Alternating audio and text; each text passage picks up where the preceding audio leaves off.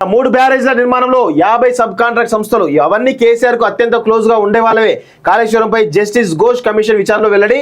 Contract సంస్థల ఆర్థిక లావాదేవీలపై commission ఆరా. ప్రతి పైసా లెక్క తీసేందుకు త్వరలో చార్టెడ్ అకౌంట్ నియామకం. అందుకు రాష్ట్ర ప్రభుత్వానికి లేఖ రాయాల నిర్ణయం.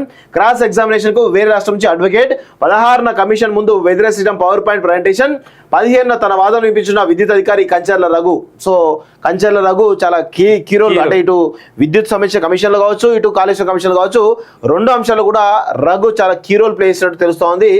కాళేశ్వరం ప్రాజెక్టులో ఆర్థిక అవకతవకలపై జస్టిస్ పిసి ఘోష్ నేతృత్వంలోనే జ్యుడిషియల్ కమిషన్ ఎంక్వైరీని ముమ్మరం చేసింది. టెక్నికల్ అంశాలతో పాటు ఆర్థిక అక్రమాలపై సమాంతరంగా విచారణ చేపట్టనున్నది.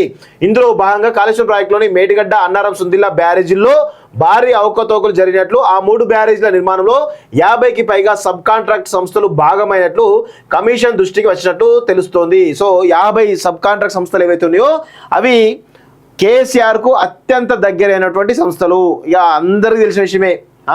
బయటికేమో మెగా కృష్ణారెడ్డి, మైహోమో ఇవన్నీ చెప్పినప్పటికీ కూడా లోపల అన్ని కాంట్రాక్టులను కూడా ఆ సబ్ కాంట్రాక్టులను కూడా వీళ్ళకే ఇస్తారు. బీఆర్ఎస్ చీఫ్ మాజీ సీఎం కేసీఆర్ కు అత్యంత క్లోజ్ గా ఉండే వ్యక్తుల సంస్థలకే సబ్ కాంట్రాక్ట్ వెళ్ళినట్టు సమాచారం. ఆయా సంస్థల ఆర్థిక లావాదేవీలపై కమిషన్ స్పెషల్ ఫోకస్ పెట్టింది. వాటితో పాటు ప్రధాన కాంట్రాక్ట్ సంస్థల నుంచి ఎవరెవరికి నిధులు మళ్ళాయనే దానిపైన లోతుగా విచారణ జరిపేందుకు సిద్ధమైంది. ప్రధాన సబ్ కాంట్రాక్ట్ సంస్థల ఆర్థిక లావాదేవీలపై క్షుణ్ణంగా పరిశీలించేందుకు ఓ చార్టెడ్ అకౌంట్ను నియమించుకోవాలని కమిషన్ యోచిస్తున్నట్టు తెలిసింది. ఎంత మేర ఆర్థిక అవకతవకలు జరిగాయన్న విషయంలో ప్రతి పైసాకు లెక్కలు తీయాలన్న ఆలోచనలో కమిషన్ ఉన్నట్లు సమాచారం. అందులో భాగంగానే చార్టెడ్ అకౌంట్ను నియమించేలా రాష్ట్ర సర్కారుకు త్వరలోనే లేఖ రాయాలని commission chairman justice Pinaki Chandra Ghosh యోచిస్తున్నట్లు తెలిసింది. అంతేకాకుండా కాగ్ రిపోర్ట్లోని ఆర్థిక అంశాలపై ఆ సీఓతో పూర్తి విశ్లేషణ చేయించాలని జస్టిస్ ఘోష్ భావిస్తున్నట్లు సమాచారం.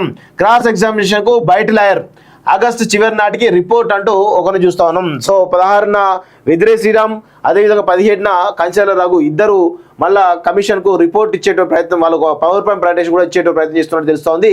సో వాస్తవంగా కమిషన్స్ బాగానే పనిచేస్తాయి, కానీ కమిషన్ ఇచ్చినటువంటి రిపోర్ట్ ఇంప్లిమెంట్ చేయడంలో ఈ ప్రభుత్వాలు ఫెయిల్ అవుతాయి. ఎందుకంటే గతంలో చాలా కమిషన్లు చూసినాం, అనేక కమిషన్ల పరిస్థితి అదే.